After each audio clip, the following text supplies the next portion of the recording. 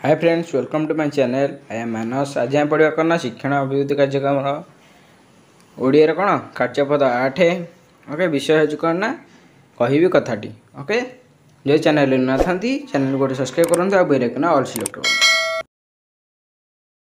देह कौन लिखाई ना कार्यपद 9 विषय हो कौन कहबी कथाटी। लेखक किए ना कुंतल कुमारी साबत।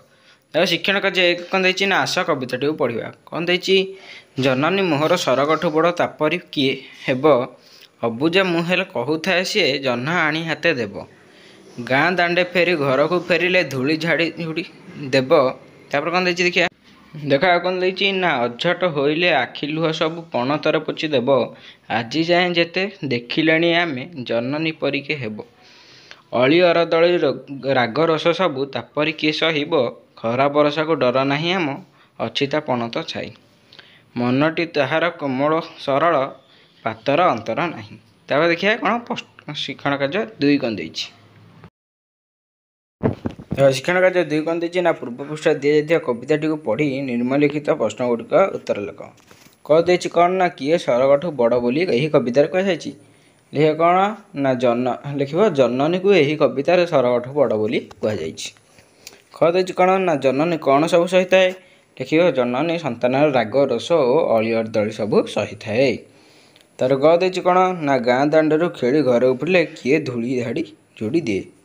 कौन लिख लिख गाँ दांडू खेली घर उपड़े जननी धूली झाड़ी जोड़ी दे थाए। ग देती कौन ग देती मार मनटी नरम सरल बोली कवि कहीं कहते।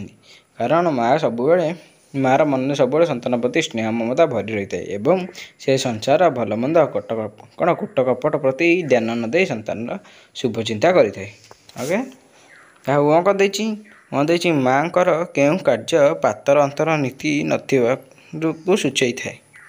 लिख कौन लिख आंसर हम माँ मन संतान प्रति पातर अंतर न थाए। ओके, तापर देख शिक्षण कार्य 3 कौन देती। शिक्षण कार्य 3 कौन देती ना झाड़ी झुड़ी परी कवितार आउ कौन जोड़ी शब्द अच्छी आस हाथी कान लिखा कौन अच्छी ना पातर अंतर आ गोटे अच्छी कौन खरा बरसा आउ अली अरदली। ओके, तापर देखिए शिक्षण कार्य 4 कौन देती। देख शिक्षण कार्य 4 कौन देती ना निज माँ संपर्क में 4टी कि 5टी वाक्य लिख। फास्ट कौन लिख ना मो माँ पृथ्वीर सबुठार भल माँ। तापर ख लिख कौन ना से निजे न खाई आमको खाइबा को देई थाए। घ लिख से जगतर सबू दुख कष्ट सही आमको मनीष करे।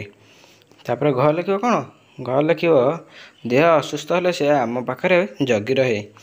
तापर उमर कौन लिख लिख भूल कले शासन करी भल बाट देखई दे। ओके, ये कार्यपद्धति सरी जाइए। जदि वीडियो भल लगे वीडियो को लाइक कर शेयर कर कमेंट कर।